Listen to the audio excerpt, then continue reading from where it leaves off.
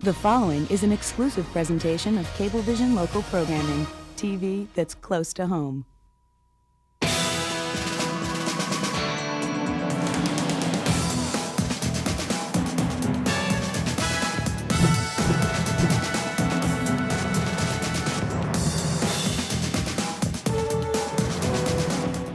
Hi, I'm Pat Halpin, and welcome to Meet the Leaders, the show that brings you to the heart of local government. Here with New York State Assemblyman Al Graf of the 5th Assembly District. Assemblyman, welcome to Meet the Leaders. This is the first time you've been on, and we're going to talk about your impressions of your first session. But before we do that, tell us what communities are part of the 5th Assembly District. Sure. We cover Oakdale, West Sayville, Bayport, Holbrook, Ronkonkoma, Holtzville, part of Center Reach, part of Selden, and Farmingville.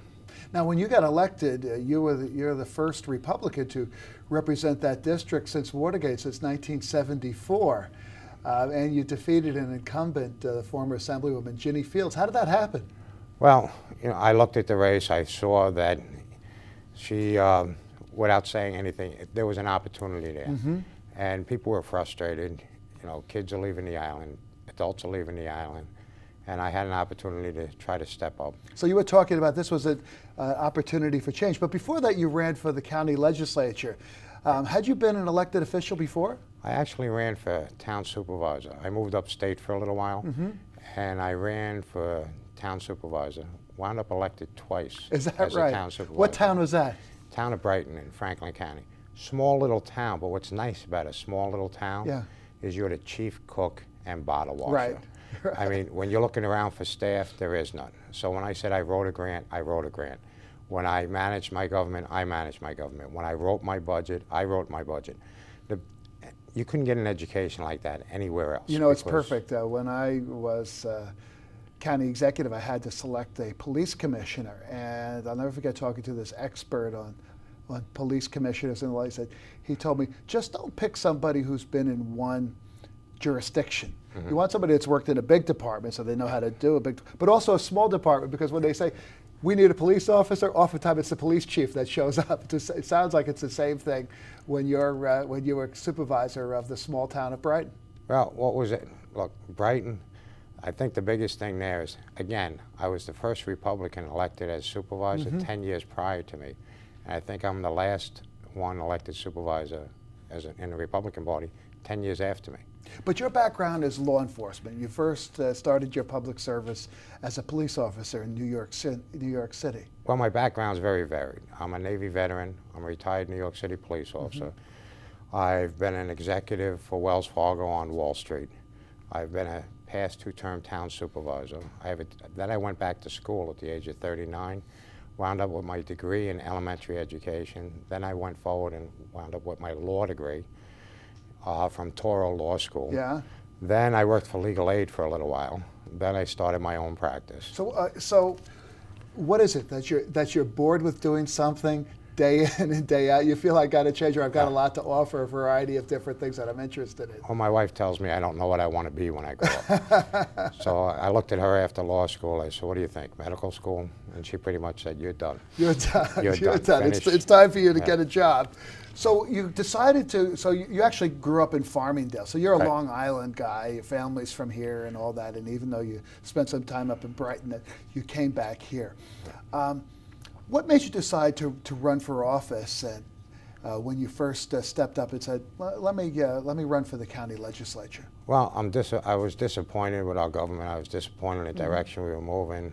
I was looking at the prices of houses. I'm looking at my 3 children.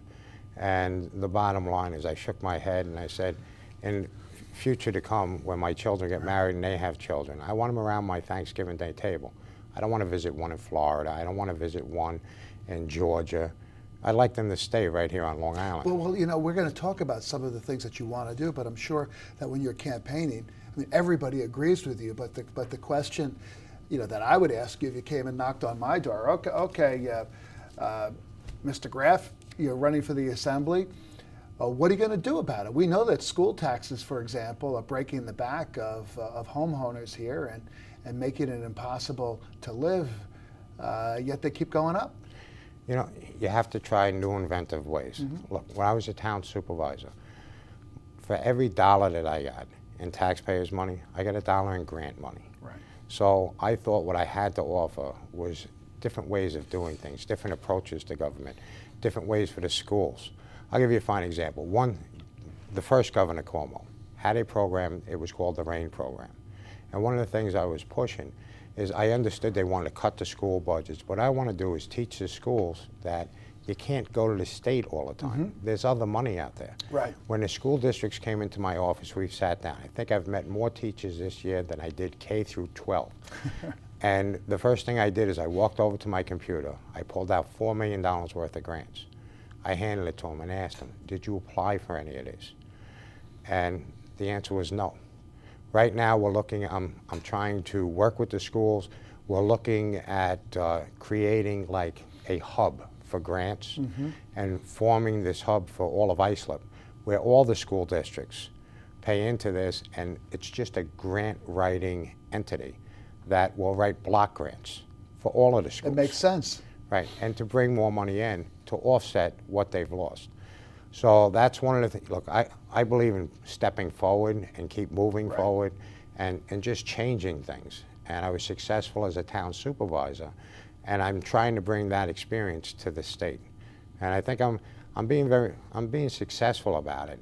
The other thing I've learned this year, this session, I've learned, right, one of the things I pushed is you have to make friends with both sides of the aisle. And let's be pat. Well, you know that from life. Right. If you're walking the beat in East New York where you used to do that, you just don't go there with a frown on your face. You probably get more information by connecting with people in the neighborhood. Right, and that's what you have to do. You have to talk to people.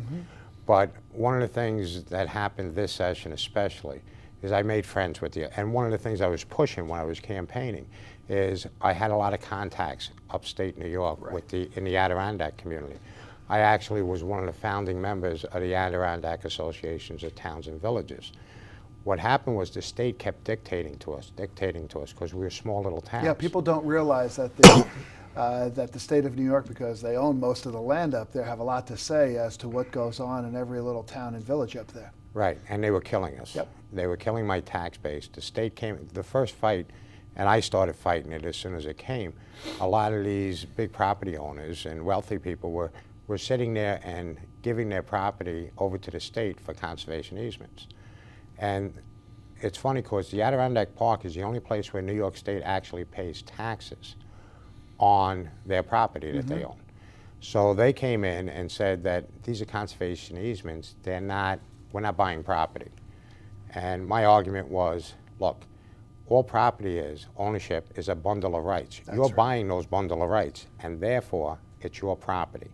And the agreement with the Adirondack Park was that the state would pay taxes, because otherwise it would have decimated my tax base. So that experience you bring to this job as an assemblyman, having lived up in upstate New York, but also created relationships in that business background. We're going to take a short break. When we come back, I want to get into some of the issues that came before the legislature, and your thinking, because there were a lot of bills that came up there, big changes, where you were one of only a handful of people to vote no, and I think we'd be interested in knowing why. So stay with us. Meet the Leaders. Be back in just a moment.